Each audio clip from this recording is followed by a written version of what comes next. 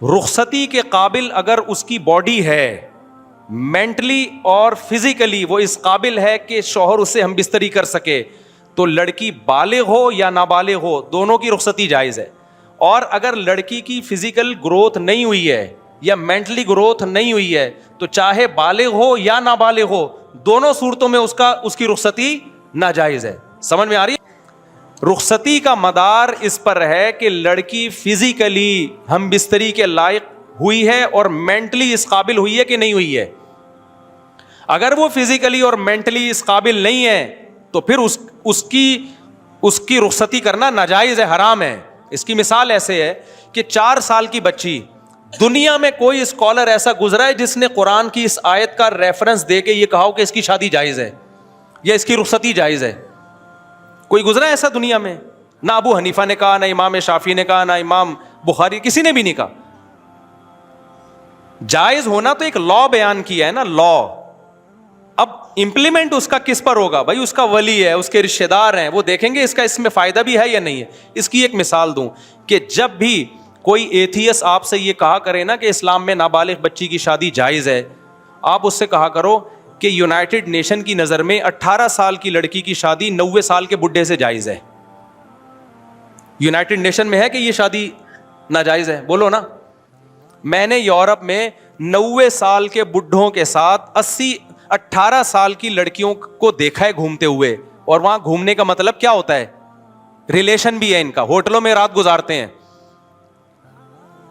United nation کی نظر میں یہ اللیگل ہے یا لیگل ہے؟ بولو نا. لیگل ہے. ایتھیس بھی کہے گا لیگل ہے. کیوں؟ اس کی پرسنل لائف ہے. لیکن اگر کوئی 18 سال کی لڑکی ہم سے پوچھے کہ 90 سال کے بڈھے سے میں شادی کر رہی ہوں اور یہ کہے کہ جائز ہے، تو ہم اس کو مشورہ دیں گے کہ کر لو؟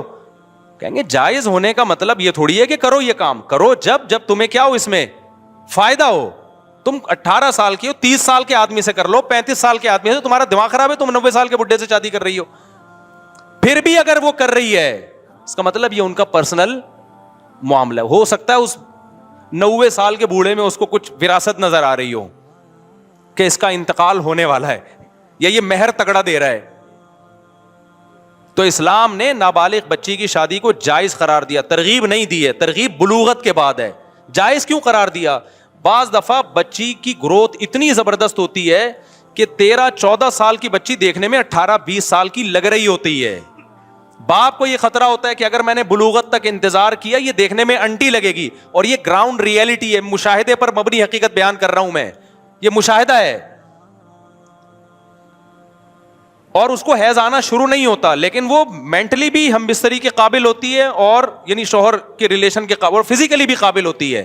اس میں کوئی حرج. اور باپ کو یہ خطرہ ہوتا ہے کہ اگر میں نے ابھی اس رشتے کا انکار کیا تو بعد میں یہ رشتہ اس جیسا رشتہ نہیں ملے گا مجھے. تو جب وہ مینٹلی بھی اس قابل ہے، فزیکلی بھی اس قابل ہے، وہ بھی راضی ہے، باپ بھی راضی ہے، تو کسی ملحد کو کیوں تکلیف ہو رہی ہے؟ بھائی اس سے ملحد کو تکلیف اس لیے ہو رہی ہے کہ ان لوگوں کا اپنا خاندانی نظام ہو گیا تباہ و برباد. ان کی نظر میں اچھے رشتوں کی کوئی ویلیو نہیں ہے. اسلام میں اچھے رشتے کی بڑی ویلیو ہے. اور تمام علماء جو نابالغ بچی کے نکاح کی بات کرتے ہیں نا، اور اس نابالغ سے وہ نابالغ جو مینٹلی اور فزیکلی ہیلدی ہو چکی ہو. سمجھتے ہو کہ نہیں؟ یہی وجہ ہے کہ امی عائشہ کا نکاح 6 سال میں ہوا، رخصتی 6 سال میں نہیں ہوئی ہے، رخصتی 9 سال میں، کیونکہ بالغ ہو چکی تھی، مینٹلی بھی اور فزیکلی بھی بالغ ہو چکی تھی، وہ ہو چکی تھی، اس لیے 9 سال میں. اور اگر حضرت ابو بکر دیکھتے کہ یہ 9 سال میں ان کی گروتھ نہیں ہوئی ہے تو وہ نہ کرتے رخصتی. کیونکہ مدار اس پر نہیں ہے کہ بالغ ہو چکی ہے کہ نہیں ہو چکی ہے، مدار اس پر ہے کہ اس کی جو جسمانی اور مینٹلی جو ہیلتھ ہے، اس ذہنی اور جسمانی نشوونما، اس میں وہ میچور ہو چکی ہے کہ نہیں ہو چکی ہے. کتنی لڑکیاں 18 سال کی عمر میں بھی ہم کہتے ہیں ان کی شادی نہ کرو. اب کوئی ماں باپ یہ کہیں کہ اللہ تعالیٰ نے تو اجازت دی ہے جلد شادی کی، ہم کہتے ہیں جی ہے، اوور آل اجازت ہے، لیکن آپ کی بچی مینٹلی جو ہے نا وہ سسرال کو ابھی نہیں سنبھال سکتی. تبھی تو میں کہتا ہوں بچی بالغ ہوتے ہی شادی کرو، بشرطے کہ آگے آپ کو سسرال ایسا مل رہا ہو جو اس کو بچوں کی طرح رکھے، اس پر وہ ذمہ داریاں نہ ڈالے جو ایک بڑی میچور عورت کی ذمہ داریاں ہوتی ہیں. میں نے جب بیان کیا تھا نا بچی کی بالغ ہوتے ہی شادی کر دو، تو ایک صاحب نے کہا بالغ ہوتے ہی شادی کر دیں گے، سسرال تو بڑے ظالم بھی نکلتے ہیں اور اس کے جوڑ کا رشتہ بھی نہ ملے تو ہم کیسے کر دیں؟ میں نے کہا بھائی جوڑ کا رشتہ نہ ملے نا تو 40 سال میں بھی نہیں کرو.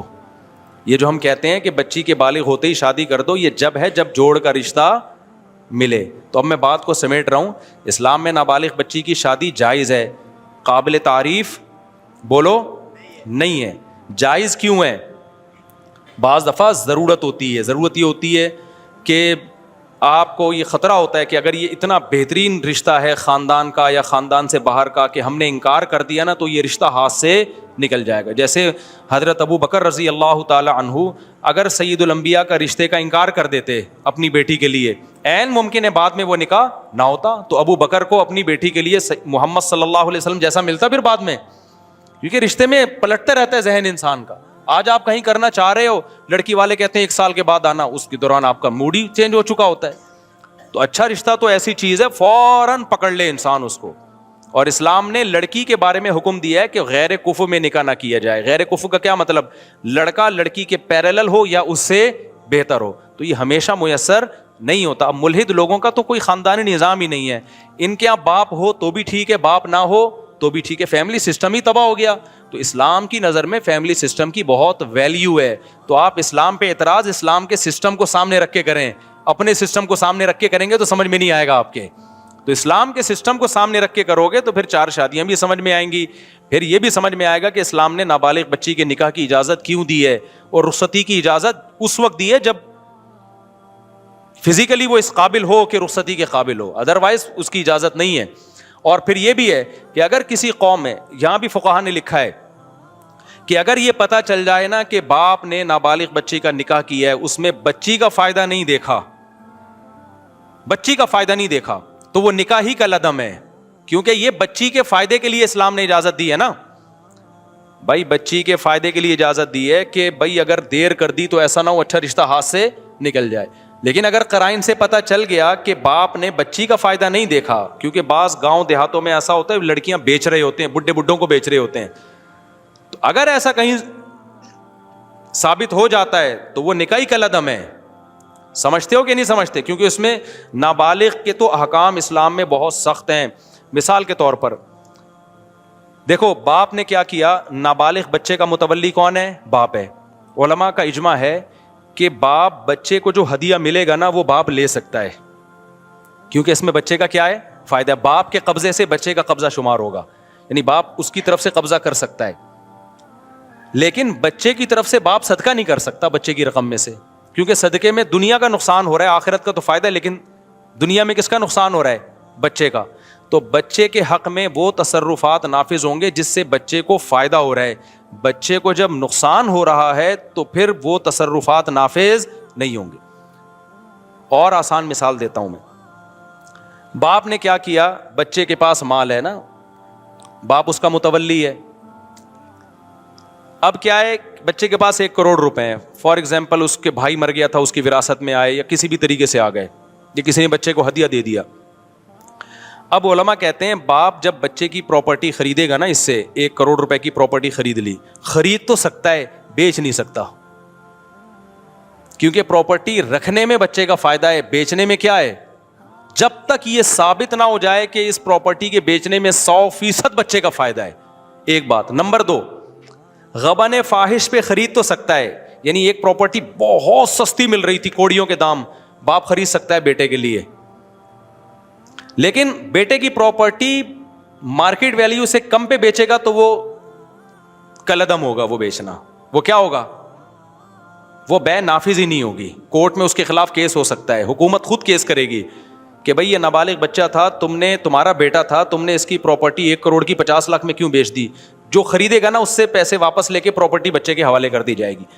تو اس سے پتہ چلتا ہے کہ اسلام کے تمام احکام نابالغ بچے کے فیور میں جاتے ہیں. جو حکم بھی نابالغ بچے کے اگینسٹ جا رہا ہوگا، شریعت اس حکم کو کیا کر رہی ہے؟ بولو، کلدم. تو اسلام نے جو نابالغ بچے کی بھی شادی جائز ہے، بچی کی بھی جو شادی جائز قرار دی ہے نا، یہ بچے کے فیور میں ہوگی تو ہوگی، بچے کے اگینسٹ ہوگی تو نہیں ہوگی. تو بچے کے فیور میں کیا ہے؟ بچی بالغ ہو چکی، یعنی اگرچہ نابالغ ہے لیکن فزیکلی اور مینٹلی کیا ہو وہ میچور ہو چکی ہو. نمبر 2, جہاں نکاح باپ کر رہا ہے اس میں دیکھا جائے گا بچی کا واقعی فائدہ ہے یا نہیں ہے.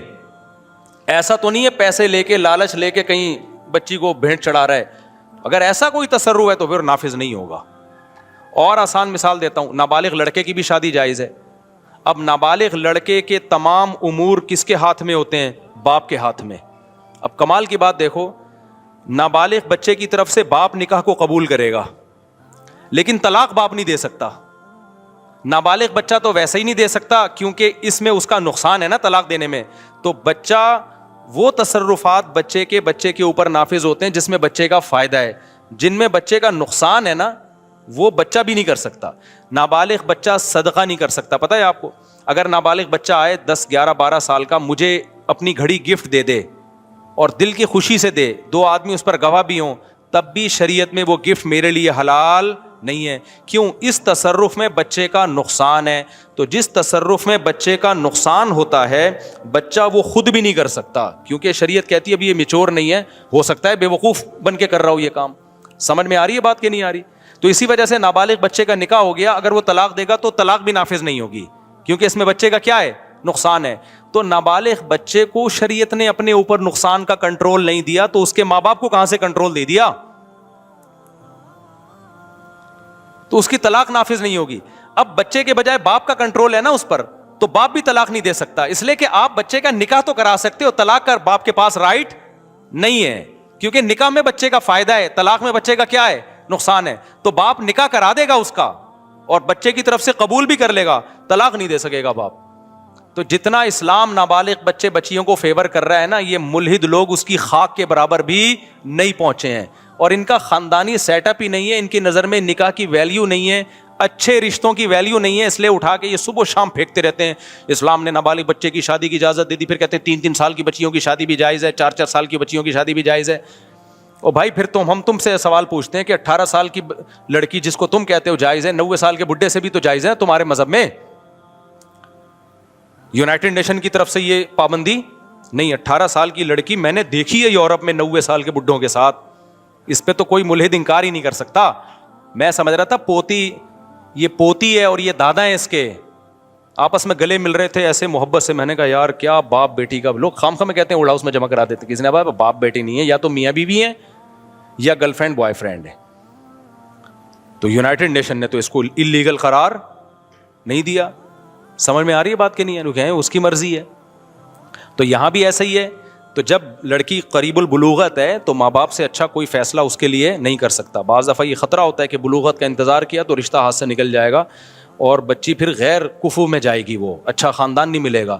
تو اسلام میں چونکہ خاندان کی ویلیو ہے, مسلمان خاندانی ہوتے ہیں, کلچر اور خاندان کو اسلام بہت جو صحیح کلچر ہو اس کو بڑا پروموٹ کرتا ہے, تو اس لیے اسلام نے اجازت دی. بھائی بعض دفعہ یہ خطرہ ہوتا ہے کہ اچھا رشتہ ہاتھ سے نکل جائے گا, تو تعریف کے قابل نہیں ہے. نابالغ بچیوں کے نکاح کو اپریشیٹ نہیں کیا, ضرورت کی وجہ سے اس کو لیگل قرار دیا اسلام نے, جہاں کبھی ضرورت پڑ سکتی ہے تو اس وجہ سے اسلام نے اس کو لیگل قرار دیا. جیسے 18 سال کی 90 سال کے بڈھے کی بھی ضرورت اس کو کبھی کبھار پڑ سکتی ہے, تبھی یونائٹڈ نیشن کہتی ہے کہ یہ کیا ہے؟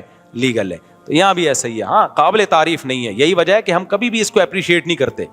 بلکہ علماء نے لکھا ہے جن قوموں میں رواج ہے نابالغ بچیوں کی شادیوں کا, اگر وہاں دیکھ رہے ہیں کہ وہ اس کا نقصان ہو رہا ہے تو اس کے خلاف آواز اٹھانی چاہیے. سمجھتے ہو کہ نہیں سمجھتے؟ لیکن چونکہ اسلام میں ہے ضرورت پڑنے پر اس حکم سے فائدہ اٹھایا جا سکتا ہے, تو لہذا اسلام پھر اس حکم کی علت بھی احکام بھی بیان کرے گا کہ اگر ایسا ہو گیا ہے تو پھر اگر رخصتی کے بعد طلاق ہوئی ہے تو اللہ کہتے ہیں نابالغ بچی کو اگر طلاق ہوئی ہے تو پھر اس کی عدت کتنی ہے؟ 3 مینسز ہے, اور 3 مہینے ہیں. تو 2 چیزوں کو بیان کیا سورہ طلاق میں. اللہ تعالیٰ کیا فرماتے ہیں؟ واللائی یئسن من المحیض من نسائکم, اللہ فرماتے ہیں وہ عورتیں جو حیض سے مایوس ہو چکی ہیں یعنی بڑی عمر کی ہو گئی, حیض آنا بند ہو گیا. ان ارتبتم, اگر تمہیں شک ہے کہ ان کو تو حیض آتا ہی نہیں ہے, ان کی عدت کیسے پوری ہوگی؟ ان ارتبتم میں جہلم والی سرکار نے ڈنڈی مار دی. تو اللہ کہتے ہیں ان ارتبتم, اگر شک ہے کہ ان کی عدت کیسے پوری ہوگی تو اللہ فرماتے ہیں فعدتہن 3 اشہر, ان کی عدت کتنی ہے؟ 3 مہینے. آگے اللہ نے فرمایا یہ تو وہ ہیں جن کو حیض آنا بند ہو گیا ہو, بوڑھی ہوں. اب ذرا ہم پیچھے کی طرف بھی آتے ہیں جن کو بھی حیض آنا شروع ہی نہیں ہوا, واللہ لم یحضن, تو ان کی بھی یہی عدت ہے. بیچ کی عورتیں ہیں جو درمیانی عمر کی ہیں, ان کو اللہ نے سورہ بقرہ میں بیان کر دیا کہ ان کی عدت ثلاثۃ قروء, 3 حیض ہے. تو صاف 2 اور 2 4 کی طرح, اس میں کوئی حنفی شافی کچھ بھی نہیں ہے. جہلم والی سرکار نے بلا وجہ ہر چیز میں اپنا بغض حنفیوں کے خلاف نکالنا, اور پتہ ککھ بھی نہیں ہے. صحیح ہے نا. مفتی صاحب ملاقات کے بعد یہ ہو گیا بھائی, عدت کے دوران نکاح کا پیغام بھیجنا بھی حرام ہے. صرف اتنا جائز ہے, گول مول طریقے سے بات چیت کر سکتے ہو. گول مول, جیسے کوئی عورت بیوہ ہو گئی تو آپ کہہ سکتے ہو کہ بھئی جب آپ کی عدت ختم ہو تو ایک اچھا رشتہ ہے, مراد آپ خود ہی ہو اس سے. مفتی صاحب کورٹ میں نکاح ہو جانے کے بعد, اچھا کورٹ میرج میں بھی انڈین صاحب نے بہت ڈنڈی ماری ہے. یہ جو کورٹ کا خلا ہے کہ کورٹ کا بھی خلا ہو جاتا ہے, بالکل 100, یہ حنفیوں کا نہیں, سب کا ہی, کسی کے نزدیک بھی نہیں ہوتا. شیعہ لوگ بھی اس خلا کو نہیں مانتے, سمجھتے ہو, بلکہ یہود و نصارہ کے جو آسمانی مذہب ہے نا, وہ بھی نہیں مانتے کہ عورت اس طرح سے کورٹ سے خلا. اب تو یہود و نصارہ کا مذہب رہا نہیں نا, تمام آسمانی مذاہب میں نکاح ختم کرنے کا حق مرد کے پاس ہے, تمام آسمانی مذاہب میں. یہ تو بعد میں لبرل اور سیکولر حکومتیں آئی ہیں جنہوں نے کہا عورت کو بھی حق ہے. تو انجینئر صاحب نے سیکولر قوتوں ہی کی تائید کر دی ہے اس میں. ویسے وہ کہتے ہیں میں سیکولر کے خلاف ہوں, لیکن ساری اسپیچز سپورٹ کس کو کر رہی ہوتی ہیں؟ سیکولر قوتوں کو. سیکولر قوتوں کا نعرہ ہے کہ عورت کے پاس بھی حق ہے کہ وہ جب چاہے مرد سے جان چھڑا سکتی ہے. اچھا میرے بھائی کہتے ہیں کورٹ میں نکاح ہو جانے کے بعد اگر خواہش ہو کہ میرے نکاح مسجد دوبارہ نکاح کرا لو, اصل والا تو پہلے ہی ہوگا. گواہ کون ہونے چاہیے؟ کیا لڑکی کی طرف سے کوئی بھی بن سکتا ہے؟ گواہ ہونا ضروری ہے بھائی. گواہ تو 2 آدمی. بھائی لڑکی کا نکاح ابا کی اجازت کے بغیر بہت ہی معیوب حرکت ہے. ابا نہیں راضی ہو رہے تو بھائی کو ملا لو ساتھ میں, کوئی نہ کوئی خاندان کا مرد ضرور ہونا چاہیے, ورنہ لڑکے الو بناتے ہیں اور شریعت میں یہ پسندیدہ بھی نہیں ہے. مفتی صاحب دیکھو, امام ابو حنیفہ کے نزدیک جائز ہے ولی کی اجازت کے بغیر نکاح, لیکن پھر بھی ہم صرف حنفی ہونے کی بیس پہ اس کو سپورٹ نہیں کرتے. جمہور کے نزدیک ولی کی اجازت کے بغیر نکاح نہیں ہوتا. تو ہم یہ کہتے ہیں جہاں ولی نالائق ہو, بچی کی ذمہ داری پوری نہیں کر رہا ہو, تو وہاں تو اس کا فائدہ اٹھایا جا سکتا ہے ابو حنیفہ رحمہ اللہ کے قول کا. ادروائز اس میں جمہور ہی کے قول پہ چلنا چاہیے, کیونکہ اس طرح لڑکیاں برباد ہوتی ہیں گھروں سے. اور اس بارے میں دونوں طرف دلائل ہیں, تو جمہور کے پاس بھی مضبوط دلائل ہیں, احناف کے پاس بھی ہے, لیکن جمہور کے پاس بھی کمزور دلائل نہیں ہیں. دونوں طرف دلائل ہیں. تو اس میں ضرورت کے وقت تو ہم یہ کہتے ہیں کہ باپ اپنی ذمہ داری پوری نہیں کر رہا, بعض ہوتے ہیں چرسی ہیروئنچی یا لڑکی کی رضا کا خیال ہی نہیں کر رہے ہوتے, وہاں تو ٹھیک ہے ہم کورٹ میرج کو سپورٹ کرتے ہیں. ادروائز یہ قابل سپورٹ نہیں ہے یہ, کیونکہ لڑکے آج کل بڑے نالائق ہو گئے ہیں. جب لڑکی اکیلی ہوتی ہے تو لڑکا کچھ دن استعمال کر کے اس کو ٹیشو پیپر کی طرح نظر انداز کر دیتا ہے, کیونکہ پیچھے لڑکی کا کوئی پوچھنے والا نہیں ہوتا. آج کل جتنے مرد بیوی کے حقوق ادا کر رہے ہیں سسرال کے ڈر سے کر رہے ہیں, اللہ کے ڈر سے کر رہے ہوتے تو نماز نہیں پڑھ رہے ہوتے. وہ کیا خیال ہے بھائی, یہ سب سسرال ہے. مفتی صاحب کون سے لوگ ہیں جنہیں قیامت کی ہولناکیاں اثر نہیں کریں گی, جنہیں اللہ کے عرش کے نیچے سایہ ملے گا؟ 7 افراد ہیں, حدیث میں آتا ہے, میں اس پہ کافی دفعہ بیان کر چکا ہوں. پشاور سے آیا ہوں, آپ سے ایک سیلفی چاہیے.